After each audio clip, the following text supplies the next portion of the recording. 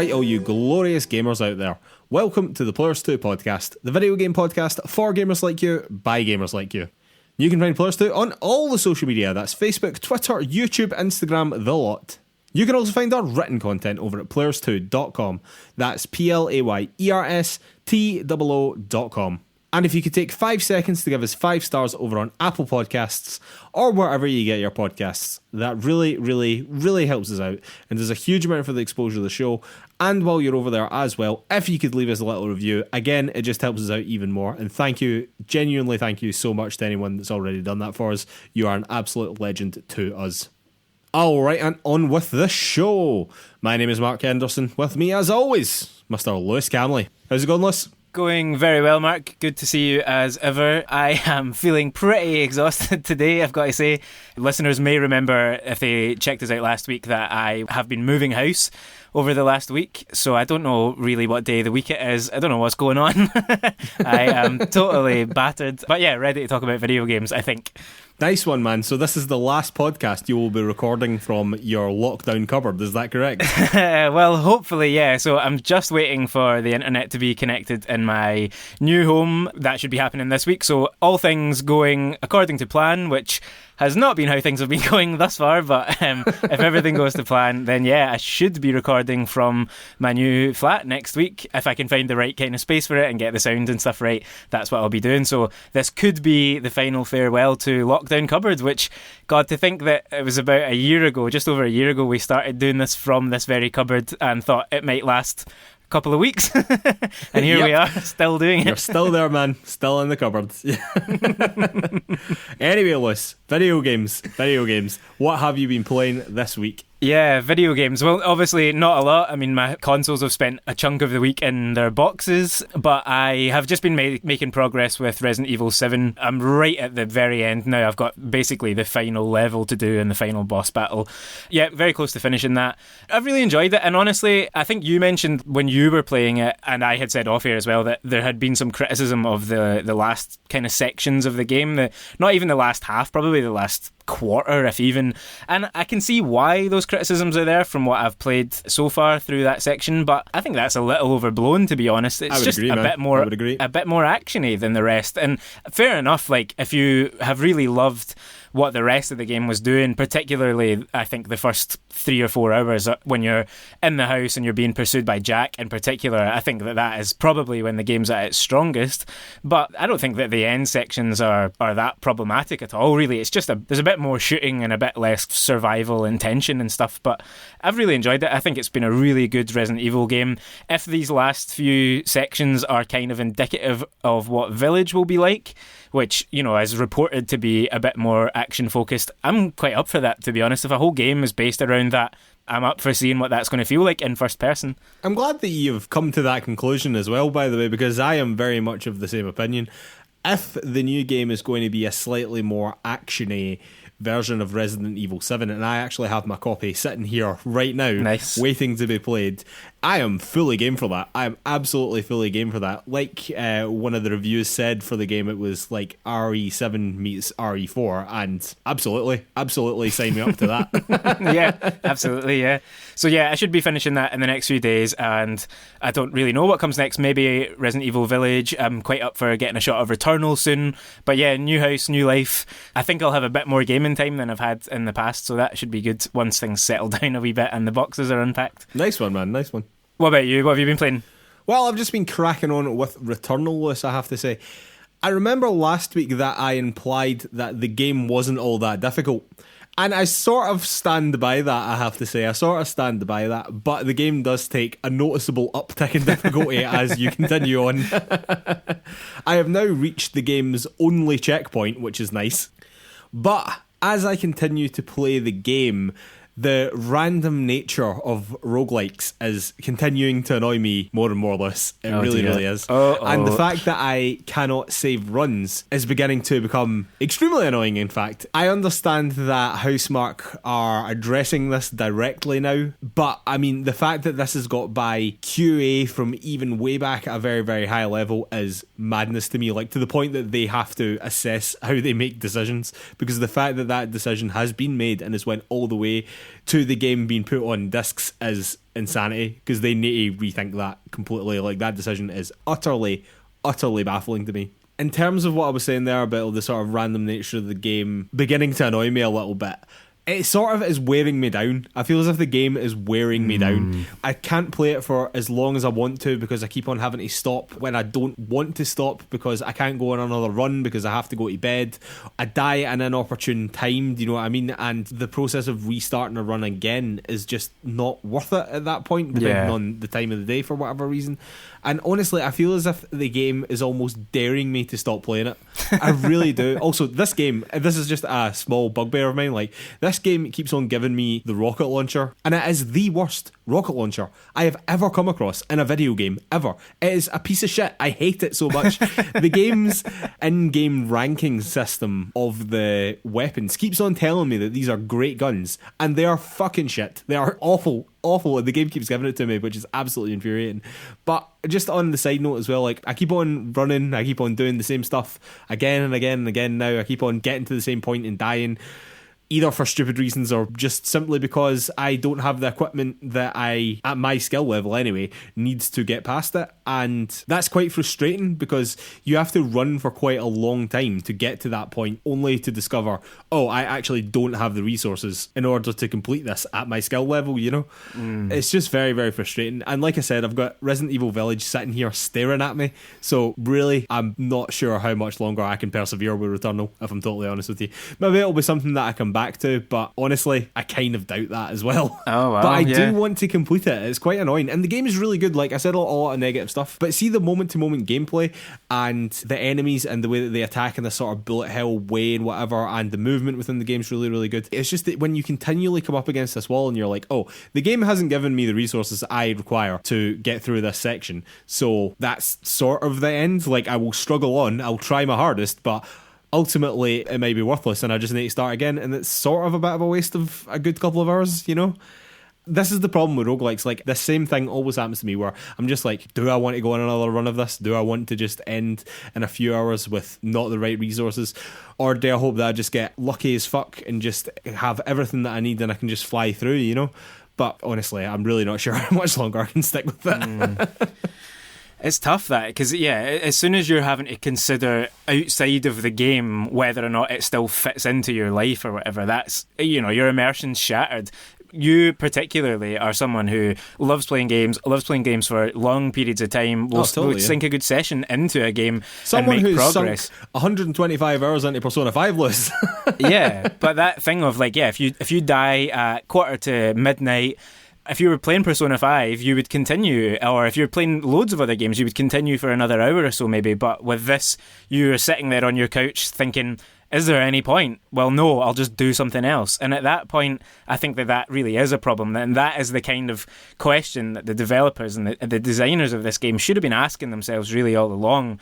Without a save system, are we giving people that choice to make, basically? We should be trying to make them think, oh, one more go, I have to try this once more. And instead they're asking themselves, can I be bothered? Is this worth the effort? I don't think that's great. I'm still really looking forward to playing it, but I imagine my reaction is going to be quite similar to yours, where I'll probably really enjoy playing it, but then we'll just think, I've not really got the time for this, I've not got the lifestyle for it. So you're making me a little nervous, I've got to say, because I am excited about it, but it's a tough situation, that. I will say that you will probably really enjoy the game, because I really enjoy the game. I think that it's great, up until the point that it makes you consider, like you said, it's those things outside of the game itself. Do I have enough time to go on another run? Yes or no? Like, will I push going to bed for another hour to go on that run, anticipating dying at a certain point? But then if you go beyond that point, you're like, that's sort of frivolous as well, because I can't save it now, and I still have to turn this off and still have to go to bed at this point.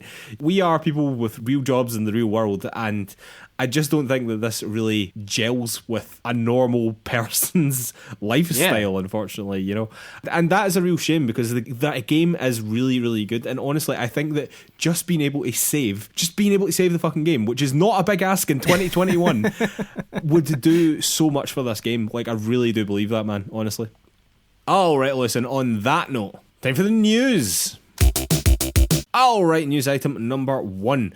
PlayStation Studios boss Hermen Hulst has said that they are working on over 25 first-party games. This coming from a sort of wider interview that Hermen Hulst had with Wired, but I am referencing a VGC article, but links to both will be in the show notes over at PlayersToo.com. Hulst has said that there is an incredible amount of variety originating from different regions, big, small and different genres. Since the launch of the PlayStation 5, PlayStation have released Demon's Souls, Sackboy, Spider-Man Miles Morales and the Spider-Man Remaster, Astro's Playroom, MLB The Show and very recently Returnal. We also know that we're getting Ratchet & Clank very soon. Horizon Forbidden West is hopefully coming at the end of the year. God of War Ragnarok probably next year at some point, and Gran Turismo 7 is also coming next year at some point. On top of that, again, we also know that PlayStation have funded an original IP from Jade Raymond's new studio Haven and an original multiplayer game from Firewalk Studios, which is made up of ex-Bungie devs. PlayStation President and CEO Jim Ryan has also said that the PlayStation 5 would have more exclusive games than any other PlayStation console, so this certainly ties in with that. Since the now infamous Jason Schreier article, which many took to be saying that PlayStation were only relying on their big AAA games, it is nice to see that Hulst is reiterating that these games are big and small and in different genres. I suppose my first question to you, Lewis, is what do you want to see come out of these 25 PlayStation first-party games? And you can take that as wide or as narrow as you like. On you go. Go wild. Yeah, I mean, that's quite an enormous question. I mean, first and foremost, I think this is great news. And just to reiterate what you were saying there about the connection to the Jason Schreier article, whether or not the reaction to that was all wrong or whatever was going on there, if this has in any way led to Hermen Hulst saying this now, then great, because we now know that there's a lot less to worry about and that some really exciting stuff could be coming from PlayStation. In terms of what I'd like to see, I mean, God, where do you begin, really? I guess looking at it at its broadest, I just hope for variety. Honestly, I hope that what they're saying about big, small, everything in between, different genres, we know that at least one of those is a big multiplayer game by the sounds of it. We're looking at smaller games potentially from new studios, but sometimes they're with, someone like Jade Raymond at the helm, people with real clout in the industry. So there's all sorts of ways this could go. I would love to see, Mark, a bit of love and care given to some of PlayStation's back catalogue, and whether that be through remasters or remakes or rebooting franchises that have been dormant. Some of that is difficult to predict because not all of the games that we necessarily associate with PlayStation's history are PlayStation Studios games, but thinking about something like Silent Hill, if some kind of deal could be done there to resurrect that franchise on PlayStation, that would be great to see.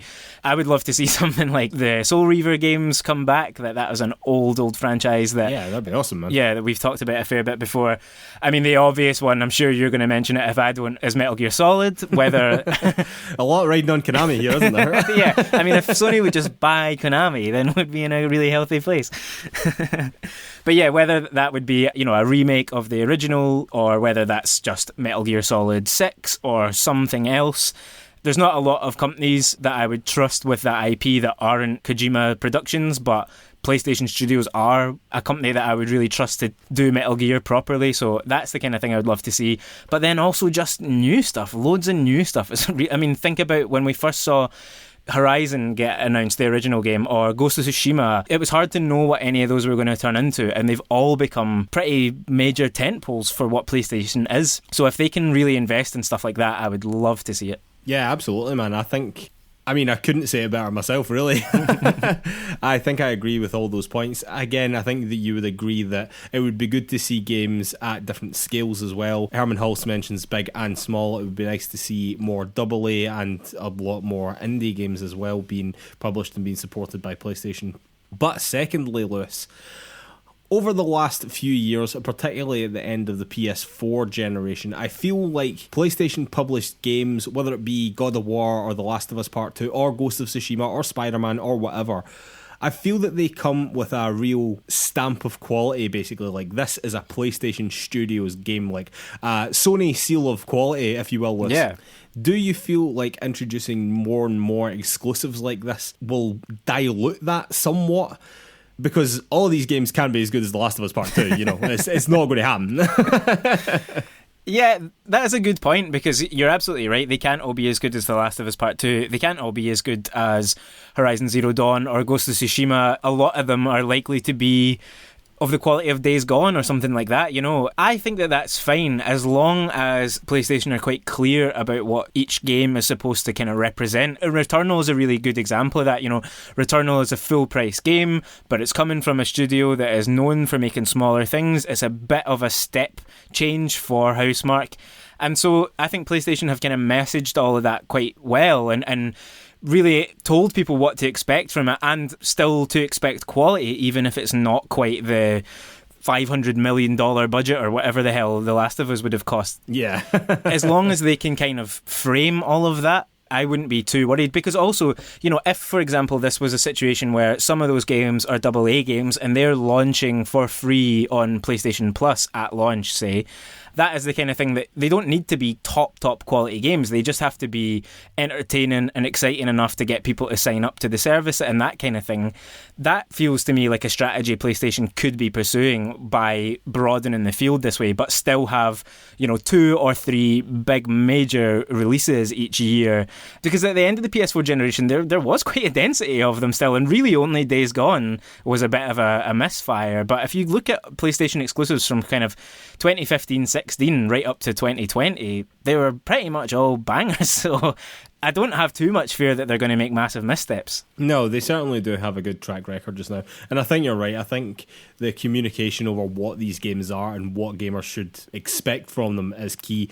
But as you said, even though some of these games might be coming from smaller studios and they might be lesser in scope, in terms of Returnal, the quality is still absolutely there, and I think that is really, really important that PlayStation maintain their brand as being, no, this is absolutely premium, this is a PlayStation published game, and by saying that this is a PlayStation published game, that means that we are saying that this is a quality experience, and I think that's really, really important for PlayStation. I really do.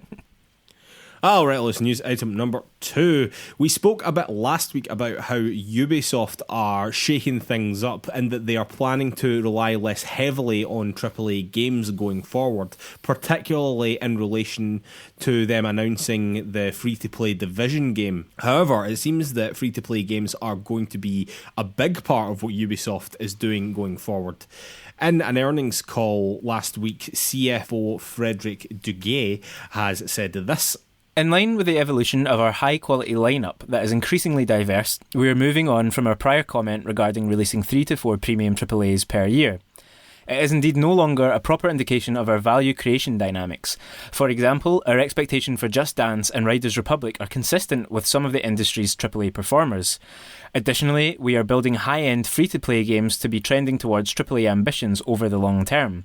This is purely a financial communication evolution and doesn't change the fact that we continue to expect a high cadence of content delivery, including powerful premium and free-to-play new releases. Quite a wordy statement, that. Certainly is, yeah, certainly is. I also don't know if that has been translated from French. Presumably, yeah. But I want to know what the French word for cadence is, that translates so perfectly. However, Ubisoft seem fairly insistent that their expansion of free-to-play games does not mean that they will be offering less AAA games. A spokesman for Ubisoft has made this statement to VGC regarding their AAA game production. Our intention is to deliver a diverse lineup of games that players will love across all platforms. We're excited to be investing more in free-to-play experiences. However, we want to clarify that this does not mean reducing our AAA offering.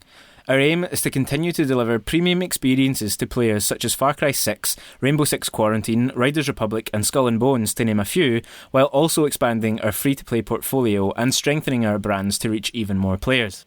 And speaking of Skull and Boneless, this comes in the wake of another announcement that Skull and Bones has been delayed again. This is a game that was first announced at E3 in 2017 and was supposed to come out in 2018, but is now coming out in the next financial year, e.g. between April 2022 and March 2023. both Duguay and Yves Guillemot have supported the game in an earnings call, but man, I cannot help but think that game is in quite serious bother. But Lewis, what do you think of this wider move from Ubisoft to move to a more free-to-play focused model, or certainly expanding their franchises into the free-to-play space, if you like? Kind of mixed feelings on it, to be honest. As we've sort of said before, neither of us have been playing a lot of Ubisoft games over the last few years, so big changes like this to their strategy don't massively affect you or I as gamers, but I think as long as they do continue to support the franchises that people really want to see and that they don't dilute them with really problematic at times free-to-play mechanics, that's not so bad, right? So if you've still got a traditional Assassin's Creed release, if you've still got your Far Cry 6 coming out, if you've still got, a couple of new innovations and they're still looking at releasing new IP and new franchises and that kind of thing at the AA or AAA level, I think that that's okay. And if it just represents them taking some of their franchises, for example, you could see a much smaller free-to-play Assassin's Creed game. It's on mobile and it's just about building a squad with your friends or something like that, like you can see the ways that their major tentpole franchises could be moved into that free-to-play space. And also there's enough innovation and enough ideas in a company the size of Ubisoft to invent new things and make them work in that space. But it is also indicative of big publishers like Ubisoft and others understanding that there is more money really to be made in microtransactions and in getting people hooked into free-to-play games and then charging them for access to different parts of it over the long term than there is just trying to sell them one $50 game. Yeah. We're seeing that in a sense with how much DLC support games like Assassin's Creed have had over the last few years.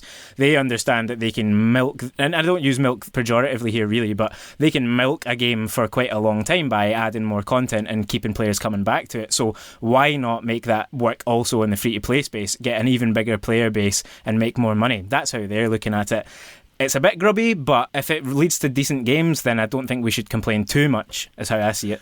I mean, obviously, I think it depends on the games at the end of the day, doesn't it? I mean, if they are saying that, no, this will be supplementary to what we're doing in the AAA space to Assassin's Creed. I mean, I don't think Assassin's Creed's going anywhere if anyone's worried about that. But like Far Cry and what they're doing with the Tom Clancy series. In fact, the Tom Clancy series is probably what they're talking about taking into the AAA space. We've already seen that with The Division, of course. But yeah, I think it's a fine line to walk, do you know what I mean? And far too often people fall on the wrong side of that line, Ubisoft haven't, let's be honest, had the greatest of track records with stuff like this. So, I mean, I hope that it turns out all right. Free-to-play games, generally speaking, are not for me. So this isn't massively going to affect me, Lewis. I dare say you're the same. Yeah. But I just wanted to briefly touch on one of their promised AAA games, Lewis, and that is Skull and Bones, which we now realise has been delayed yet again. Do you think this game's ever actually going to come out? Honestly, like, yay or nay, right here, right now? Probably not, no. I cannot see why they would keep saying that it will if it's not going to, but it just strikes me that they don't have a clear vision for what this game is or what it should be, I mean, this game must have been rebooted several times. Yeah. It has to have taken this long, Yeah, I worry about it even when it does come out, but I mean, I don't know when sunk cost just isn't worth it, Totally, like when they just draw a line under this and just said, you know what, we tried to make something here and it didn't work out. Yeah. Let's move on. And we know that Ubisoft will reappropriate parts of their games for other series if they are good. So if there's some decent mechanics at work and whatever they've got so far on Skull and Bones, that could just be repurposed into the next Assassin's Creed or whatever. And to be honest, if it ever does make it, it feels like the kind of game, alongside Riders Republic, I would say, that's probably ripe to be one of these free-to-play games rather than a full-price AAA game, Put that out, get some players in it. It worked for Sea of Thieves, right? They just, they got players in by going down that route. So you want to build player bases for these. So to say that game is still coming and is full-price AAA seems a little bit far-fetched to me right now. Yeah, it'll be very interesting to see how that one pans out, I've got to say. Alright, let's news item number 3. Jeff Grubb over at VentureBeat has confirmed that Bethesda's upcoming space RPG Starfield will not be coming to the PlayStation 5. As Jeff Grubb himself says in his article, this should come as a surprise to absolutely no one, as Phil Spencer basically said as much in March when talking about Bethesda games and the fact that they're going to be coming exclusively to Xbox and to Games Pass. However, it does seem as though that statement by Phil Spencer was made with enough uncertainty that some people still believe that these games could make their way onto PlayStation 5 at some point. In my opinion, I think that they almost definitely won't. The article also quotes analyst Daniel Ahmad, who says, with Games Pass now the centre of Xbox's ecosystem, it is becoming more important for Microsoft to invest in exclusive content and IP that increase the value of the service and lead to new user acquisitions. So this is sort of a non-news news item, Lewis. But the fact that when these articles come out and say things like this, and they blow up like they do, like this Jeff Grubb article was all over the place, means to me that at least some PlayStation owners and PlayStation gamers are refusing to accept the reality of the situation, that Bethesda games are gone now. I know that back in the day, Lewis, we had a bit of a disagreement around the Bethesda Xbox deal. I was very much on the side that these games will be exclusive and we are not going to see them on PlayStation. However, you seemed much less certain about that, and you thought that there was a good chance, or don't let me put words in your mouth, but you thought that there was a good chance that these games could come over onto the PlayStation. But given Phil Spencer's comments in March and given articles like this, do you still feel that way, or do you really think that there is no chance now? Well, that's a double-pronged question. Yeah, since the event back in March or whenever it was, the roundtable with Bethesda, I've held my hands up, and I think Phil Spencer's statement was as clear really as he could probably be at that point, that they are intending Bethesda games, I thought so. going forward to be Xbox exclusives. But, I will forever point this out. He said just a year prior to that exclusives are counter to what gaming is about. So yeah, that's when he was trying to sell Xboxes though. Well, yeah. Now he's just trying to sell Games Pass. But I will believe it fully and finally when it's actually officially announced by Xbox or Bethesda. This is still just a journalist going on what he's heard, and that's, I suspect it's correct, don't get me wrong. But I think part of the reason this has flared up so much this week is, one, there's been a lot of chat about whether or not Starfield will be at E3 this year, which a lot of people think it will, and think that it could well even launch alongside or soon after Halo this year, which would be quite a major moment for Xbox. It'd be a hell of a win too, that, wouldn't it? Yeah, I mean, it'd be huge, and for another time I think we should discuss what that would look like, because it's quite strange to put two huge games up close to each other like that, but that's kind of what Game Pass allows you to do.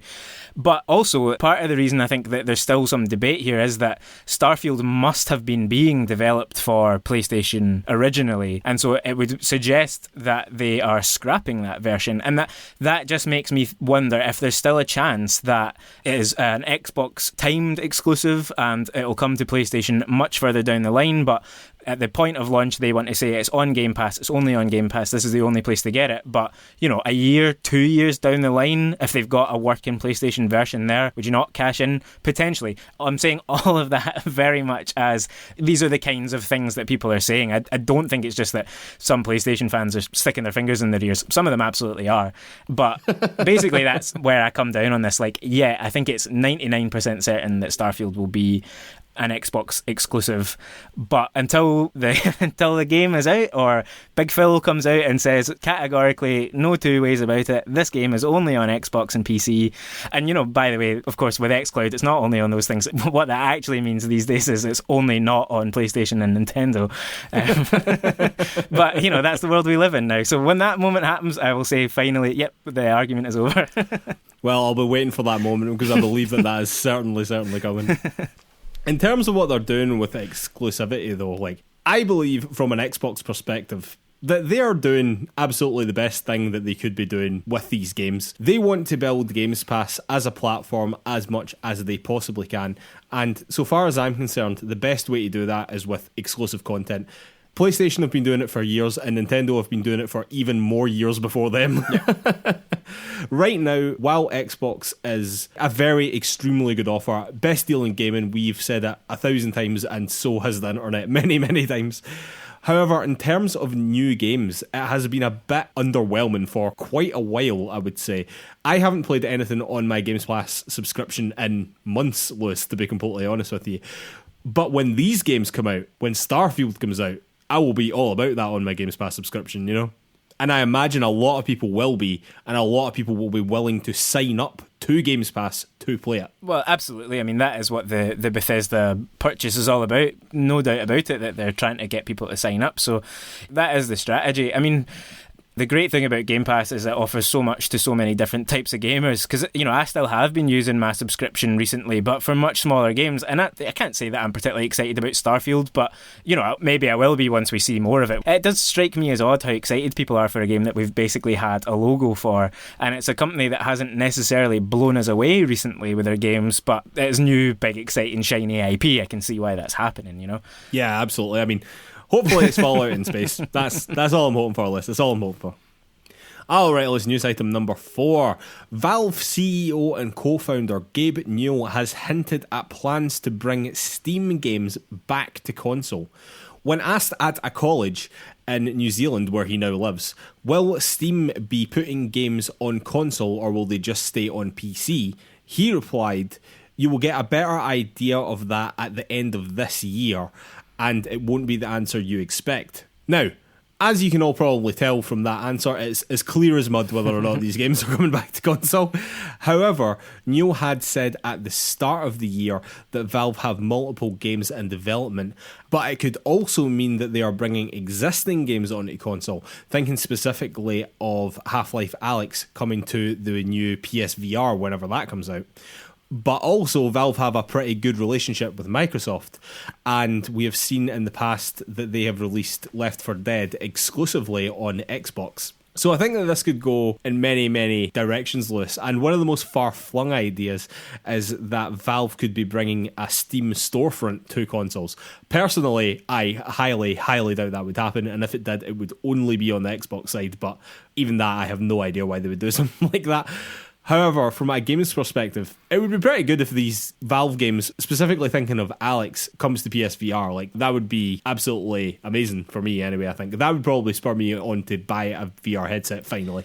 Yeah, I think in some ways Half-Life Alyx seems like the most natural candidate, although obviously that was also kind of about selling Valve's own headsets, right? So yeah, the Index. So it's kind of tough to see where exactly they land here, because in every direction, I agree, the notion of a Steam storefront on any of the consoles seems hard to imagine, because, you know, you're directly competing. Yeah, I don't really think that will seriously happen. And I think there had been rumours before that Game Pass could come to Steam as well, which similarly just makes me think, doesn't that just remove a lot of games effectively from sale on Steam, because you would just take a subscription to Game Pass? So hard to see where things might land. I hope that they are just looking at their catalogue. Maybe that's some of their historic games and also some games that they've said that they are working on now.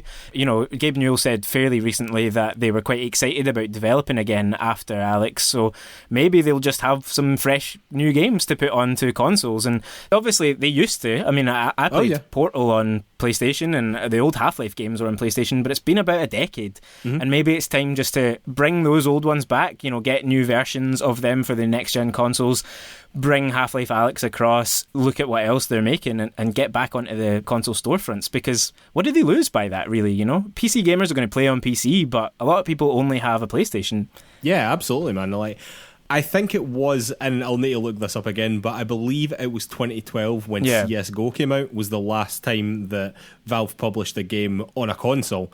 So it has been damn nearly a decade. And to be fair, they've not made many games in that decade. But if they are developing again, it would be great to see a company and a game developer and a publisher with that prestige publishing again on consoles. That would be fucking awesome. Alright, let's finish off as we always do with a couple of shout outs. Shout out number 1, Mass Effect Legendary Edition has come out this week. Currently sitting with an 89 on PS4, a 90 on Xbox, and an 85 on PC. Barring a few bugs and technical issues here and there, this seems like a very good remake of 3 very good games. I don't really think that there's too much to say beyond that. If you're a Mass Effect fan, you're almost certainly going to love this. If you're not, this seems like exactly the point that you want to be jumping onto the series. I'm pretty interested in playing this at some point. It is one of the biggest game franchises that I haven't taken part in and that has just totally passed me by, unfortunately. Do you have any interest in playing it?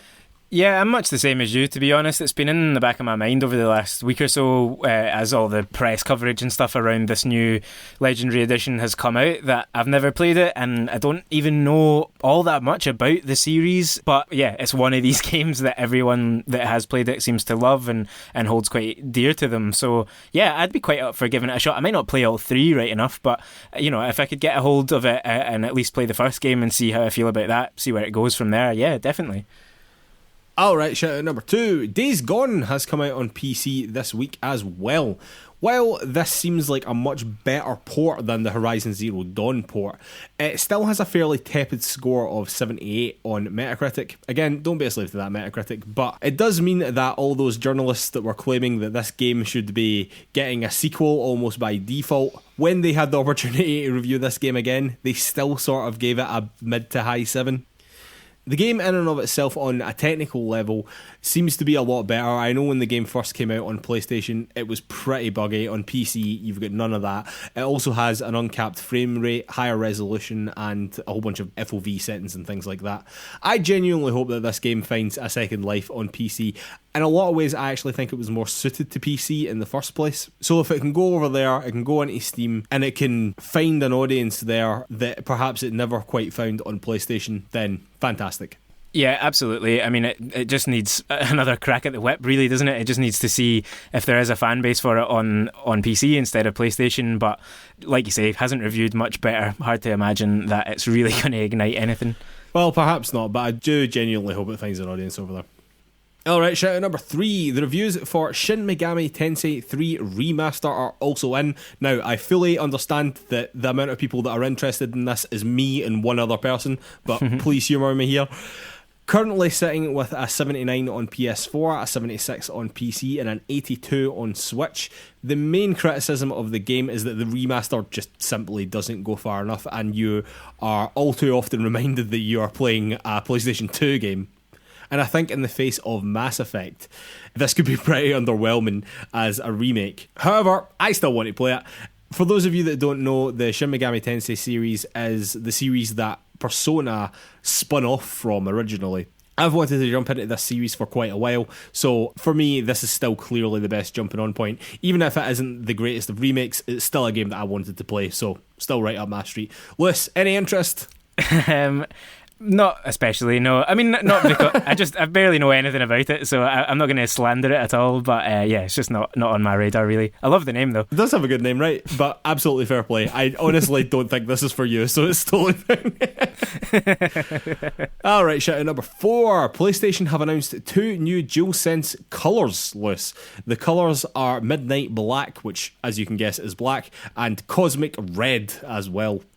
I think that I'm coming down on the side of Midnight Black, personally, Lewis. Thoughts? Yeah, I mean, I think that they're both nice, but black is just so synonymous with PlayStation to me that it's the right way to go, basically.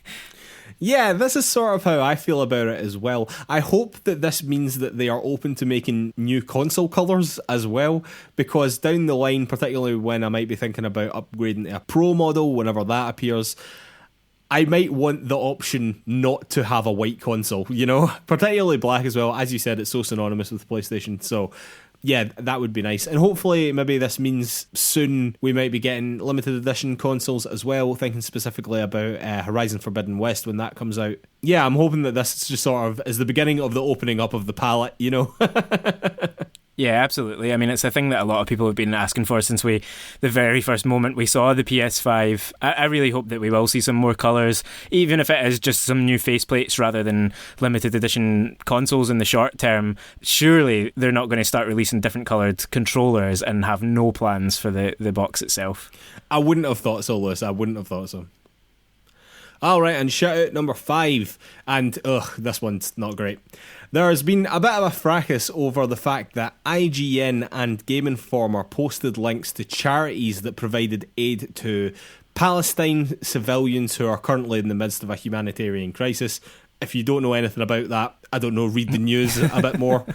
But that part wasn't the problem, ladies and gentlemen. That part wasn't the problem. The problem occurred when higher-ups at these organisations removed these posts due to politics. Subsequently, IGN posted an apology on social media saying that the original post of these links to charities and whatever was a mistake and that they only highlighted, quotes, one side.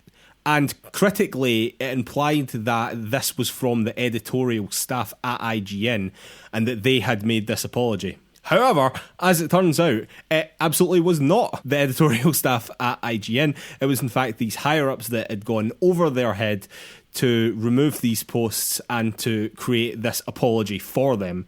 Subsequently, they have written an open letter signed by a whole host of editorial people at IGN. Basically, anyone that you've heard of that works for IGN has signed this open letter on Medium, because they couldn't even post it on IGN because presumably it would get deleted, calling out G2 Global, who I believe is the company which owns IGN, Ziff Davis, and the corporate leaders at IGN at large. Apart from the fact that the false apology was made out to imply that these were the very people behind it, they claim, and rightly claim, that this completely compromises their journalistic integrity and their editorial independence, because these higher-ups have just went completely over their head and done whatever they want. But outside of that, and I have to be clear, I am certainly no fucking expert on the Israeli-Palestine conflict, but so far as I understand it, Lewis, and please feel free to correct me if I'm wrong, because you've been following this story more than I have, and I'm sure you know far about the conflict than I ever will. But there are definitely dickheads on both sides of this. However, there is only one side that is currently in a humanitarian crisis right now.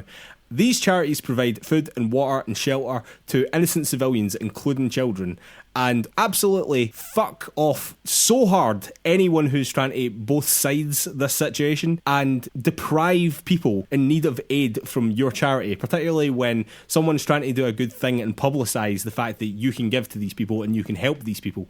And to everyone that IGN sent that message to, absolutely fuck you. You're absolutely disgusting.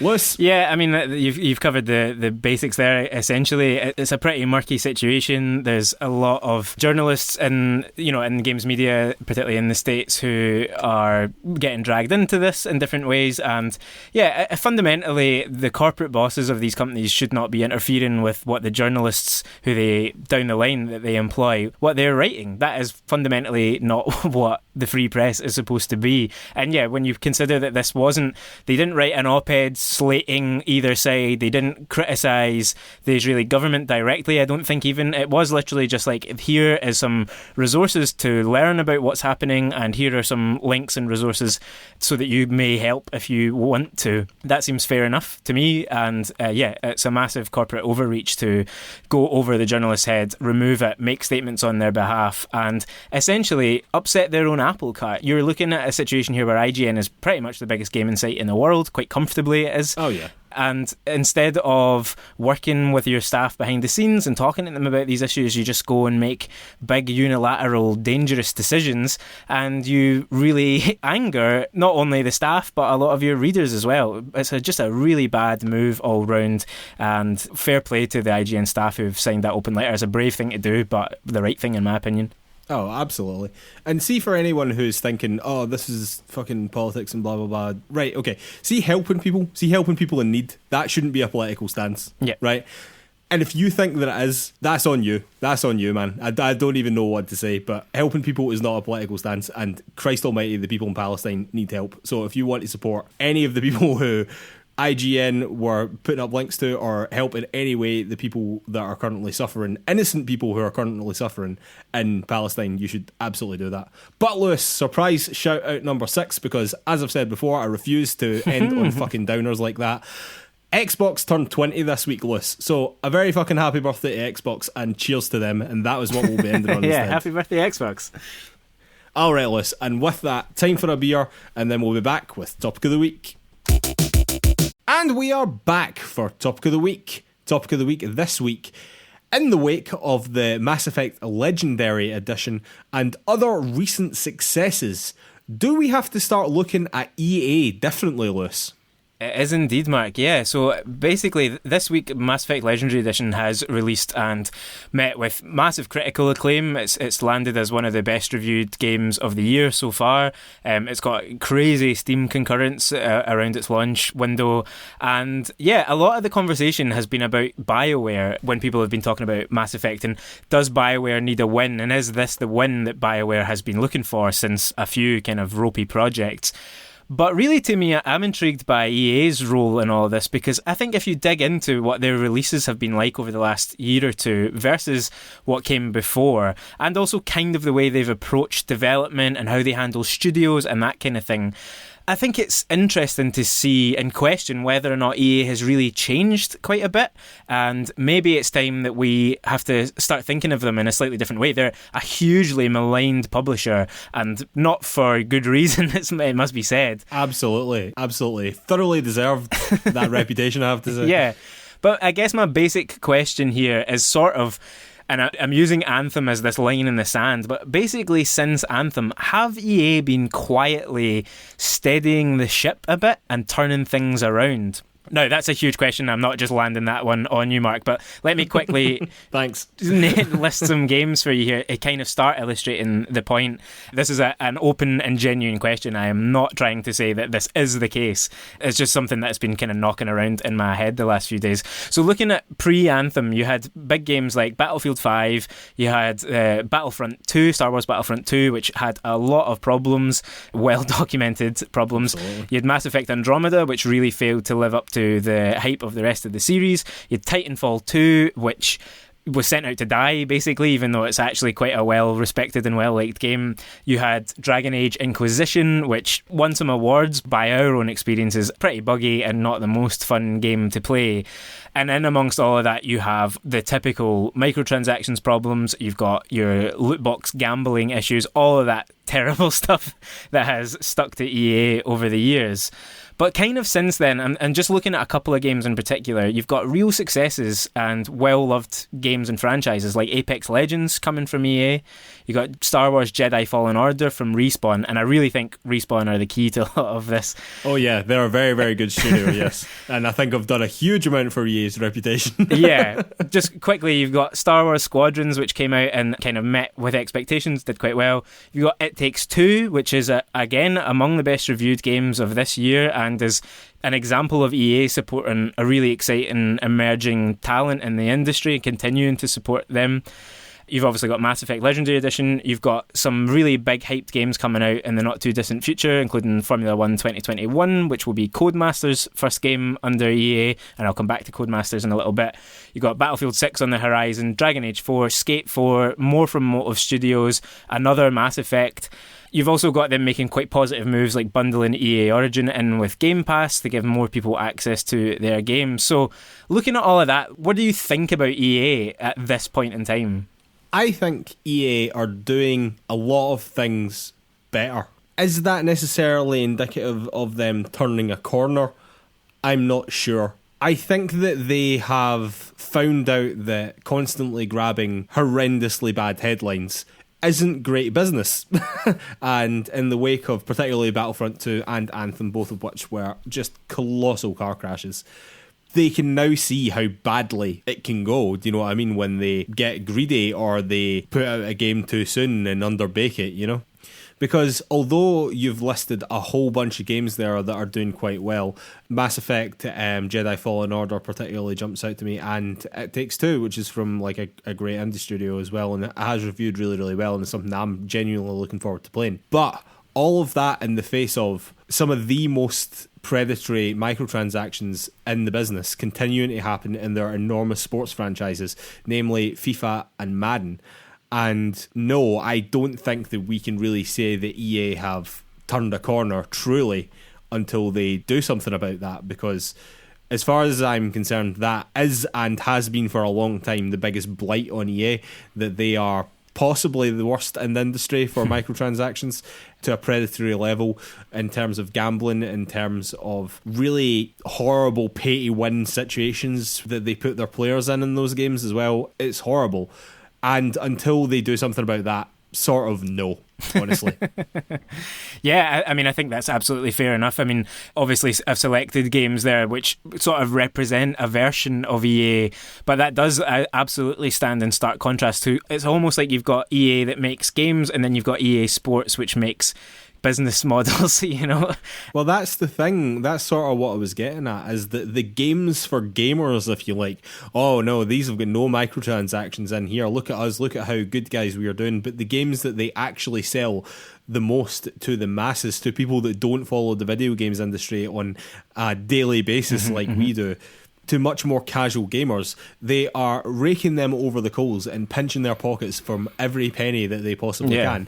But they're telling your IGNs and your Game Informers, oh, look at this, look at how good we're doing now. We're not putting all these microtransactions into our games. But they are, because they're still in the games that they were always in and are worse than ever, as far as I'm concerned. Yeah. And from the last look that I had at the FIFA microtransactions, they are absolutely horrific. Absolutely horrific. Yeah. I mean, FIFA Ultimate Team continues to be just quite a frightening prospect to me. That it's They've ruined sports games. They've ruined football games. Yeah, you know I mean, certainly they've just made them mostly about money. I mean, the fact that FIFA Ultimate Team is kind of the main mode these days, whereas it used to be the replicating a football match was the main mode. So, yeah, I guess I'm kind of positing all of this because I would love to see a world where that side of EA's business could learn from the side that we are kind of praising here. That, like I mentioned Star Wars Squadrons there because they were quite upfront about saying, we're just making this game, it's going to be like a $40 game, there's not going to be any microtransactions or DLC or anything, it's just going to launch and be there and that'll be it. However, I think that might have something to do with the fact that is a Disney license. And since the Battlefront 2 fiasco, I think that Disney might be unkeen to see microtransactions in their games. So I don't know if Disney didn't have something to do with that, if I'm completely honest with you. That's a really fair point, yeah. That is complete speculation, and I'm more than willing to admit that, but it wouldn't surprise me. No, I mean, it certainly scans. I mean, that's another interesting wrinkle to all this, is like, would EA be doing decent things had external pressure not been put on them? You know, you have to wonder, like, they really had to get this Mass Effect remaster trilogy, they had to get that right, because BioWare certainly couldn't have suffered another disaster, you know, if they'd put out these classic games and kind of got the remastering wrong on those. I guess there's the question there of, have EA been doing good things out of simple necessity rather than out of desire? You know, like they have to get some wins under the belt and they have to do some things right. But as we touched on, Respawn to me is the cornerstone of all this. And I just want to touch on some news that came out today as well.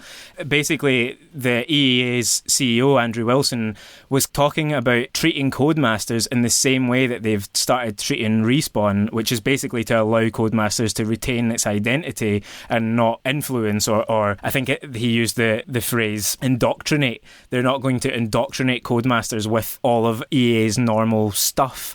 And that's how they've gone about things at Respawn. And I think that is a sliver of positivity here, that they might start to look at some of the studios that they have, and I will include, is it Hazelight, Joseph Fares' studio? Yeah, that's right. I'll include them here because, again, they have been allowed to make interesting, strange games that don't necessarily fit with what you imagine an EA game to be. That is done in the EA Originals program, though. Like, that's done sort of separately.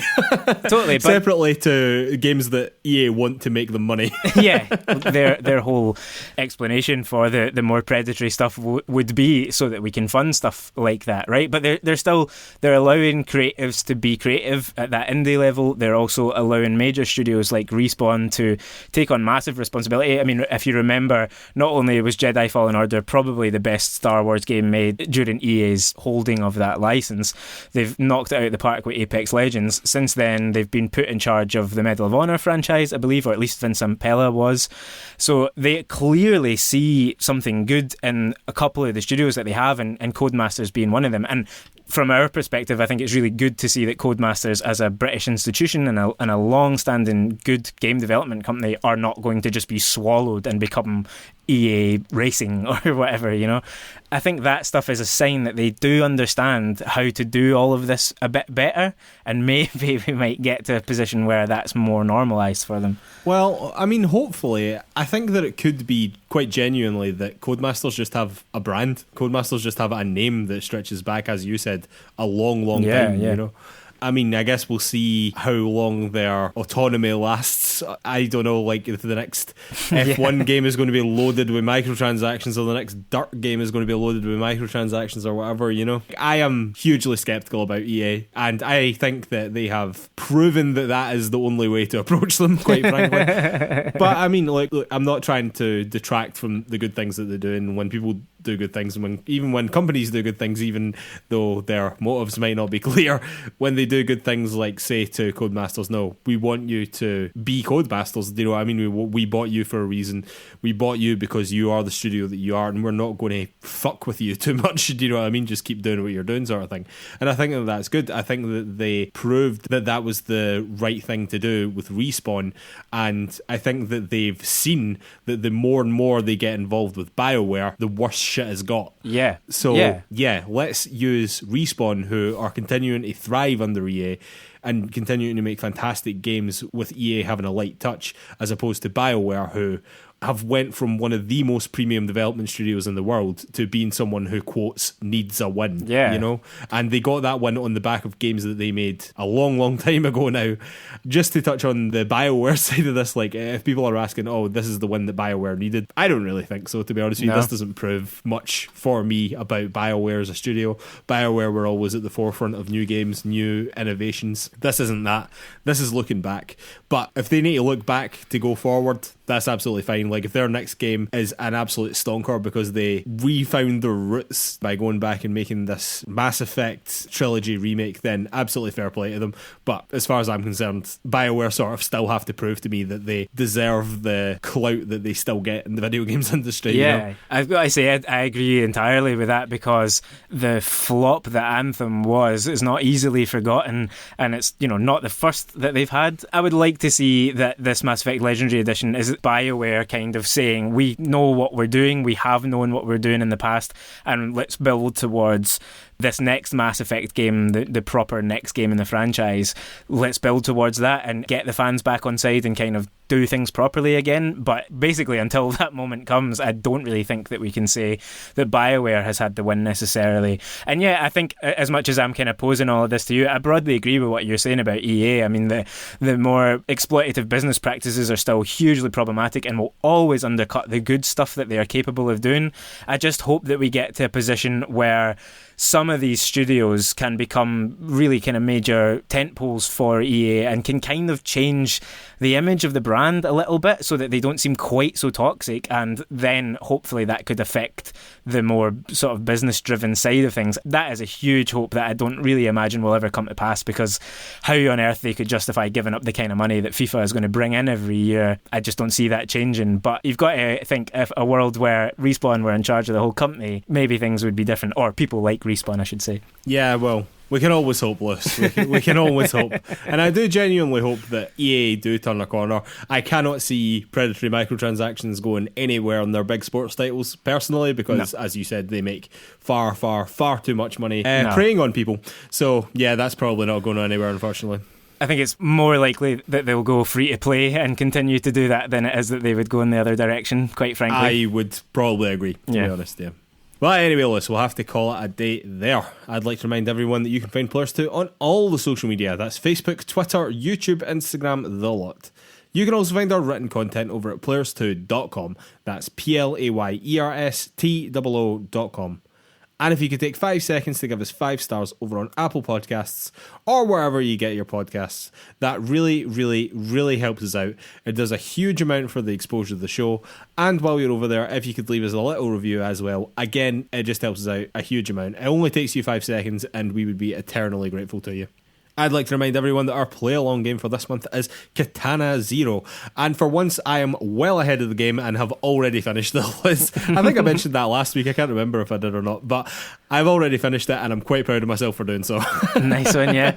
Have you got maybe one thing about it that surprised you, in case anyone is looking for a reason to jump in and hasn't been tempted yet? The narrative is significantly more interesting than I thought it was going to be. That is what I'll say. I would agree with that, yep, yeah. So if you're looking for a narrative game to play, maybe check it out, guys. Yeah, definitely. All right, ladies and gentlemen, we will see you next week. Thanks.